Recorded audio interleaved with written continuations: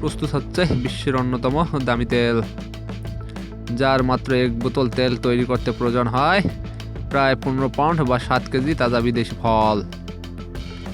পুষ্টিগুণে ভরপুর এই তেলকে বলা হয় লিকুইড গোল্ড, যার প্রধান বাজার ইউরোপ ও আমেরিকা।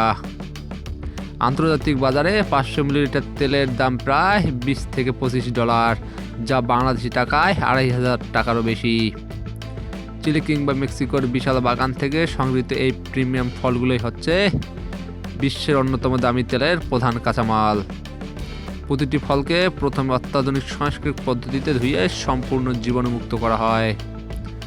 তারপর কারখানায় এআই সেন্সর প্রযুক্তির মাধ্যমে নিখুঁতভাবে নষ্ট ফলগুলো আলাদা করা হয়। এরপর বিশেষ যন্ত্রের সাহায্যে ফলের খোসা ও বীজ ছড়িয়ে তৈরি করা হয় মসৃণ শাঁস।